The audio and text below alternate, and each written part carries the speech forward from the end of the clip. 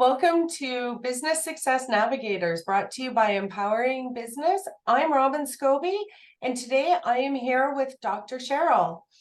Dr. Cheryl, today's episode is just actually going to be a little bit more different because we're not going to be talking so much about business, but everybody's health to their business, because without your owner, you have nothing. Dr. Cheryl, can I get you to introduce yourself? Yeah, thank you. First and foremost, thank you for having me. I appreciate it and the honor, and I'm humbled. Thank you. So I am Dr. Cheryl Okoli, DHA. I always add a DHA behind my name because it stands for Doctor of Health Administration. I've been in healthcare for just over 20 years, and most of my time has been here in Alberta, Canada. And when I say most of my time, 1 year after graduation was in New Brunswick, and the remaining 19 years has been in Calgary, Alberta. So yeah, so that's me. A little bit of my background, but I can go into specifics if you need me to, but I'll just wait and follow your lead. I was actually going to ask you, so what is one of those items in your 20 years that you could give some of our listeners as like a number one, really pay attention for, or? Yeah, okay. So this is all about business, right? More or less. So here's one thing I would like to say to people. When you choose a career or you're embarking on a career, choose it because you feel called and you're passionate about it. Do not go into it because you feel you can make lots of money. Don't get me wrong. I do believe we all need money to function in our world, but it's the mindset about the money that's important. Some of us might have heard the classic saying, the love of money is the root of all evils. It did not say money is the root of all evils. It's the love of money. So we have to be very careful, discerning, and wise. So one thing I've learned over my career is that I went into healthcare because I wanted to serve and help people through the wellness journey. The reality is that not everyone, or let's put it this way, the reality is all of us are gonna exit this world in one shape or form. Nevertheless, that healthcare journey, if you will, or the dying process, as morbid as it might sound, the reality is we are all going to pass on.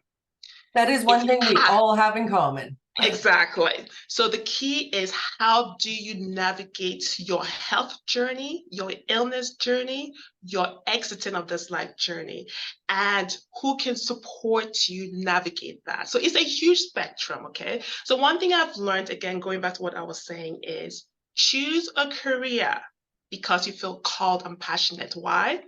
Because that will keep you going when the going gets tough. Nothing comes easy in life. And usually when you're pursuing your purpose and passion, there'll be lots of obstacles.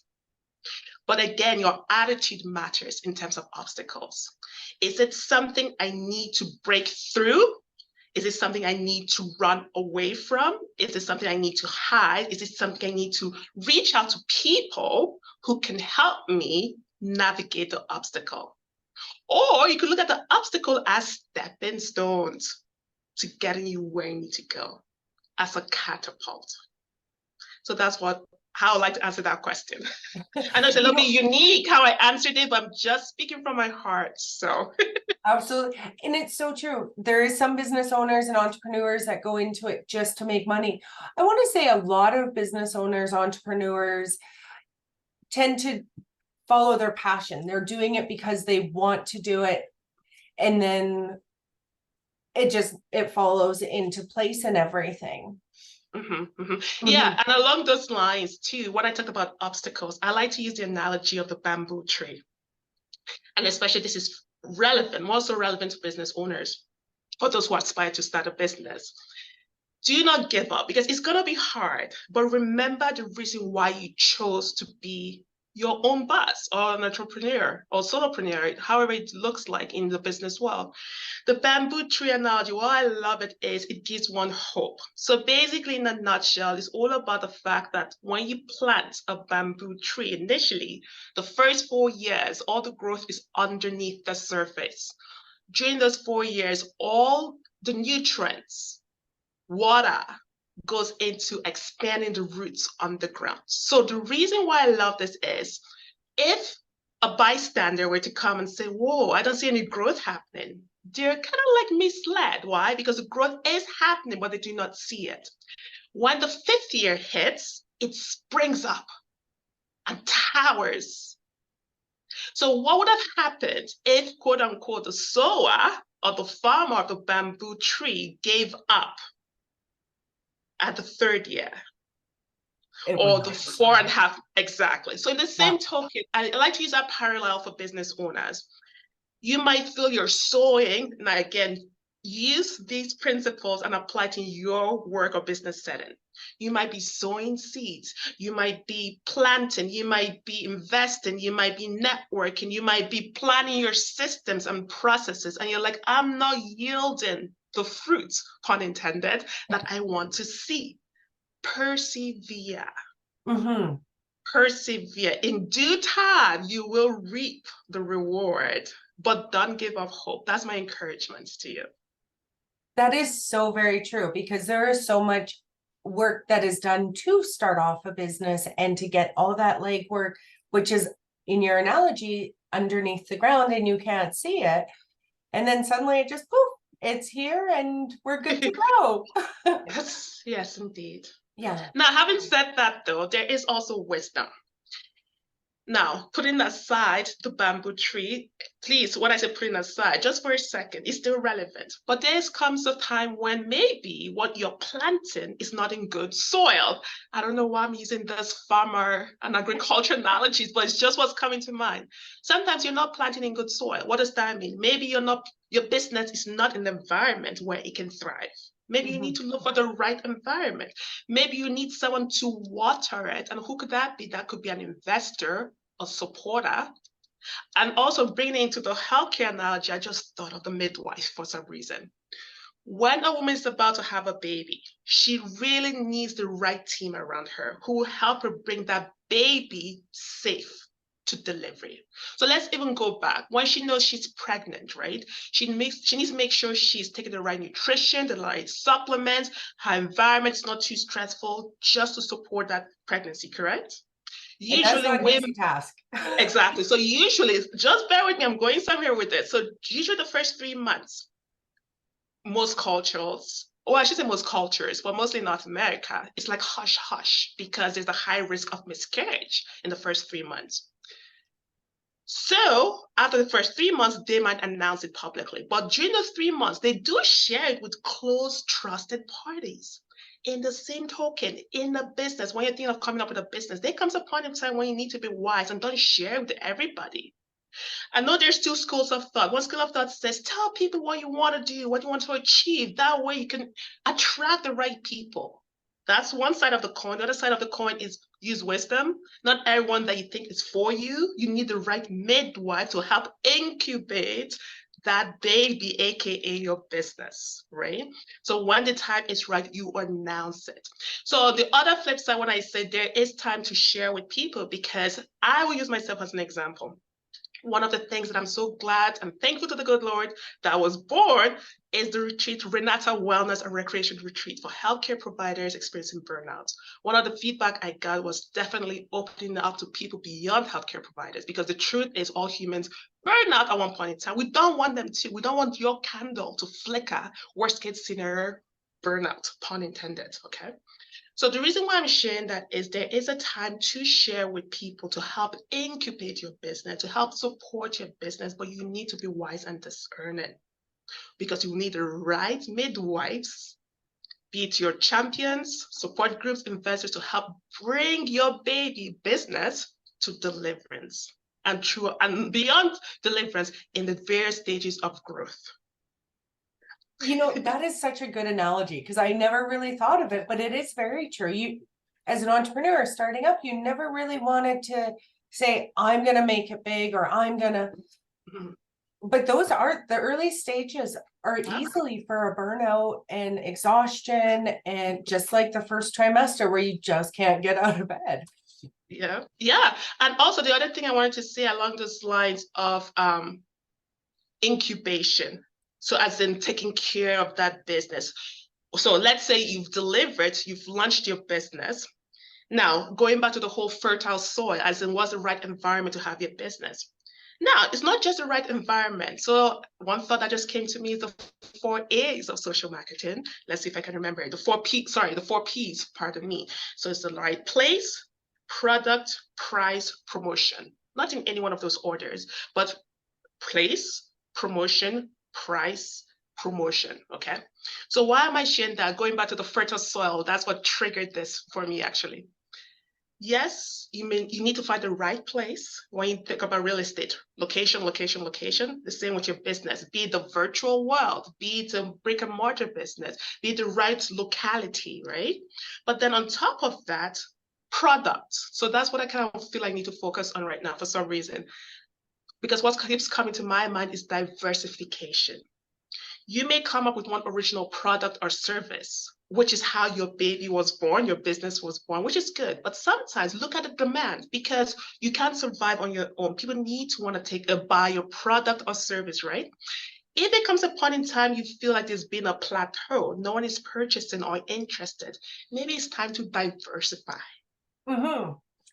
And change and Yes. let your little baby that is now born maybe Yes. start developing and growing and changing Yes. and keeping up with Yeah. the needs and demands. Absolutely. Yeah. That's amazing. Yes. Or for some, it's like, you know what? We think we want to have a second child. So that's I came to diversification. But again, what do you always do? You need to be wise, strategic. Go back to the drawing board. Do I have the funds required for this diversification? Do I have the right team, if need be, to support the growth of this diversification again? So it's no different. Again, always thinking, what is the place? So let's use the 4 P's. What is the place? What's the right place? What's the right price for this product or service? Okay. How do I promote it? Okay. So place, price, product, promotion. Yeah. So looking at the 4 P's, these are not my original. Someone else came up with it, but I think it's a very good framework. Mm-hmm. Regardless of what business, or regardless of what industry you find yourself. Yeah. It doesn't matter if you're a service industry or if you have products, those 4 P's, you're absolutely correct. Now, you touched on it a little bit before about burnout. I'm not going to hide it. I absolutely did burn out in the last year and struggled with it. And I felt alone.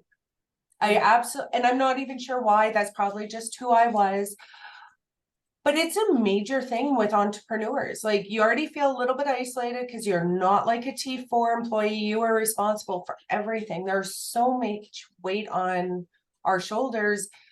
You're responsible for the rent, the power, the employees, making sure you have that product, analyzing everything. Mm-hmm. Right. So burnout is a huge thing. And do you have any tips on how to help keep yourself grounded before you get to that spot? Yes, actually I do. And I just thought of a framework I came up with. It's a mnemonic actually called recalibrate. And one thing I will recommend people do, this is my free gift actually to all you listeners. If you go to my website, www.renata.care, go to the menu at the very top, it will say free gift. So download it. It's going to be a PDF copy that will show you what recalibrate stands for. So each letter stands for something, right? And the reason why I share that is each of them, and again, I don't want to miss out on what they are. But basically, when you ask me, do I have any tips? Recalibrate basically, in essence, talks about it. It's time for you to, if you're recognizing your burnout. Number one, not everyone recognizes their burning out. So a group of authors describe burnout as when you feel like maybe becoming more cynical than usual, you're exhausted, and you feel you're not being as efficient, or you decrease efficacy in your work. Now, there's a difference between a mental illness and burnout. They're not the same thing. Burnout is in normal people when they begin to sense, again, they're being more cynical than usual, they're more exhausted than usual, and they're having decreased efficacy in their work, okay? So if you recognize yourself in any one of those areas, chances are, yes, you're burning out. So some of the tips are, I like to say, first and foremost, you need to recalibrate. How can you make a change when you don't recognize there's an issue? You need to recognize an issue first before you can make a change. So let's say you agree, I know you just shared, but for the viewers and everyone else, you've ascertained, yes, I'm burnout. Next, you want to recalibrate. So first of all, what does that mean? So things like, for example, okay, why am I doing what I am doing? Am I as productive that I can be? Ask yourself holistically. And when I use the word holistically, am I functioning to my best physically, mentally, socially, culturally, spiritually? Physically, am I taking care of myself the way I should in terms of my diet, in terms of my rest, in terms of my sleep? As a business owner, going back to that rest part and vacation part, yes, I can understand, especially if you're a solopreneur, if you take vacation, you're not getting paid. But going back to how I started initially, and I didn't know this question was going to come, I said, in healthcare, why I went into healthcare was to serve people to, and I'm going to paraphrase, basically to maintain the best health they can, either through the illness recovery or basically whatever trajectory they are in. You are responsible for your body. No one else on earth can take care of your body. You have only one body. Someone wise said, all of us have 24/7. We all have 24 hours in a day. We all choose what we use the 24 hours for. Now, I understand some people who are single mothers who don't have the support for childcare. It's a little bit more difficult. But again, you have 24 hours, I have 24 hours. What do I do with those 24 hours? How do I recalibrate? So again, how do I evaluate holistically? Okay. Now, consult. So sometimes you need to consult with other parties, either a friend, a healthcare provider. Again, I repeat, burnout is not a mental illness, but it can lead to mental illness like anxiety or depression, right? It can, right? Especially if you feel all alone. Mhm. The sad thing about feeling all alone is that sometimes we're not objective in our thinking. Because when you feel alone and you're having all those thoughts, and this is not directed at you, I'm just using generic you. No, Okay? and I'm not ashamed to say, like, I felt alone, even though I had the support right there. But I never took that initiative to tell anybody what I was feeling on the inside. Interesting. Okay. Now, when you say that again, well, you never took the initiative. So again, I'm not going to pry into your personal business or anything. I don't know if you went down the path of depression or not. It makes me think about going back to now my clinical hat when I was a clinical nurse specialist. So I have this advanced nursing practice backgrounds. There was an acronym called CGCAPS. It was an acronym to help screen someone unofficially. I use it unofficially to screen for depression and also to write my comprehensive notes. So S stands for sleep, in terms of how's your sleep, rated on a scale of 0 to 10. That's how someone could measure that. I has to do with like your interest. Have your interest increased or decreased? G, do you feel guilty in what you're doing? Or when you're having pleasure, do you feel guilty? E, what's your energy levels from 0 to 10? Again, rate that, okay? C, G, caps. Now, let's see if I can remember all of those. C escapes me right now. A has to do with appetite. Appetite in test, has it increased, has it decreased? P is psychomotor agitation or retardation. What that means basically, you might have noticed there's some people when you're talking to them, they might be like swinging their legs, or some are pacing. So that's more like classified as agitation, or is there a retardation, the opposite of that? Okay. And then S is the one we don't like to talk about, but that's suicidal ideation. So I wish the C will come to me, but if it doesn't come to me at the end of this, forgive me, but just Google CGCAPS.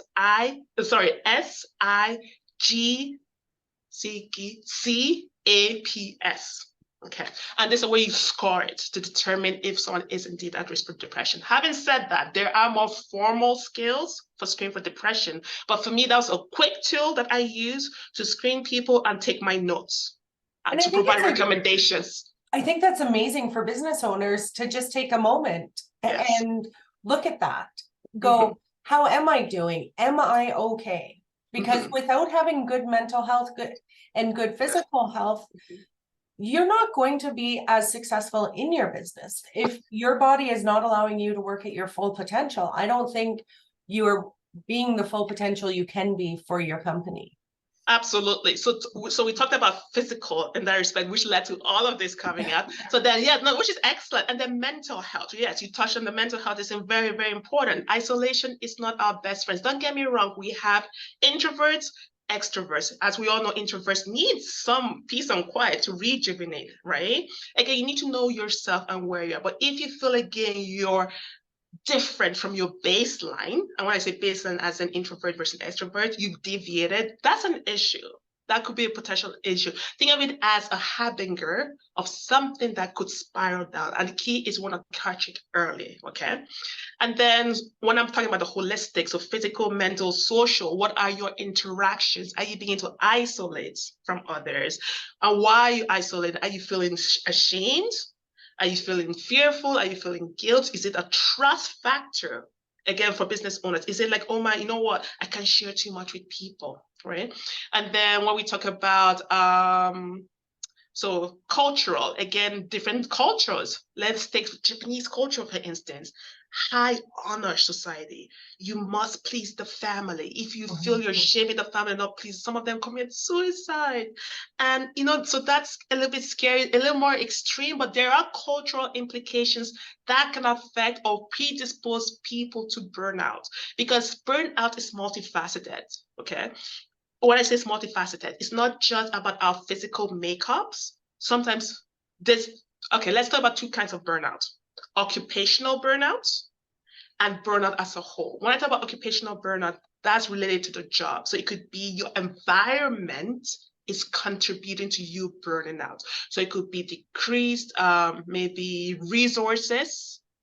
It could be your increased workloads. It could be maybe your leaders are not listening to you. You voice a suggestion, you feel unheard. For some, it could be macroaggression. So that could be maybe discrimination, racism, and different things like that from the occupational factors. So basically, I like to always I like using the whole root cause analysis, digging what is causing this burnout from an occupational lens. Okay, what in my environment is causing that? Okay, and it's multifactorial. And then for some people, this is not to cast blame. What I'm about to say, I'm just making a disclaimer. It's not to cast blame on anyone at all.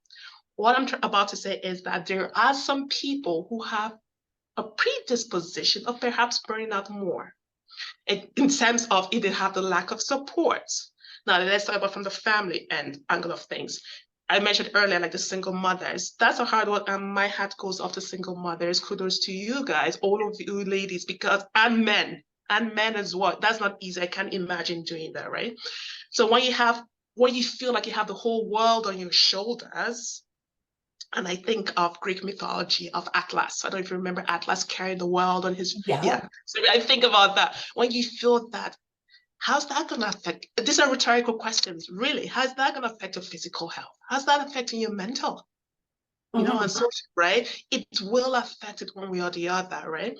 So yeah, and then let's talk about employees or business owners who are in what we call the sandwich generation. And just to clarify, so people are not mistaken what I mean by that, you're sandwiched.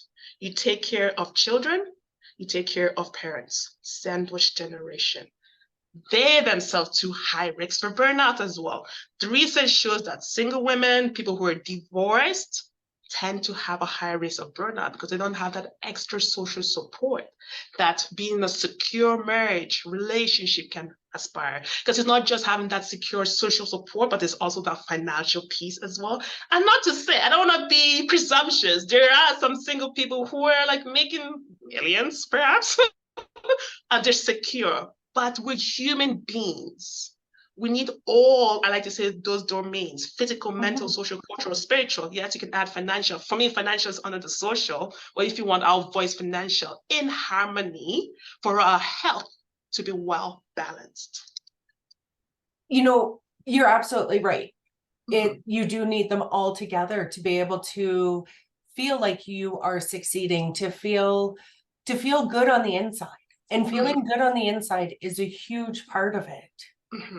Yeah. Yeah. And this feeling good on the inside, I also want to talk a little bit more about that. There's a difference between joy versus happiness. Someone said the difference is this: happiness, if you even look at the word happiness, is based on happenings. So that means there's a component of external factors that influences your ability to be happy. Versus joy, this is internal. No matter what's happening on the external, you have this sense that, you know what, I'm okay. Things will be okay. There's hope inspired of that. So there's a difference between being joyful, because you could be joyful and your life is crashing. You're about to lose your house or might have lost your house. You might get this, you know what I mean, but you're still joyful. It's not like you're jumping around, dancing around, fiddling on the roof, like in your heels, like Dorothy. No, but there's that steadiness within you, right? So I just thought I should make a differentiation, because You know, sometimes I have people, never heard the difference. And that is so true. Like I can be happy on the inside and yet still have this face, but on the inside, I'm like, I am joyful. I'm gonna be okay. I'm gonna make it through this. yes, And sometimes I go out in public and I have the smile on my face, even though on the inside you're not doing as well. yeah, yeah. I really like that analogy. I have learned so much today, Dr. Cheryl. I know we're just about out of time for today. I did hear you say that you do seminars and workshops. Where would people find that information if they wanted to come and listen to you some more? Oh, absolutely. So if they want to come listen, so yeah, or if they want to book me to come present workshops for them. So yes, so they can go to Shalom Eagles Wings. So my main website and business is called Shalom Eagles Wings. So www.shalomeagles, plural, wings.care.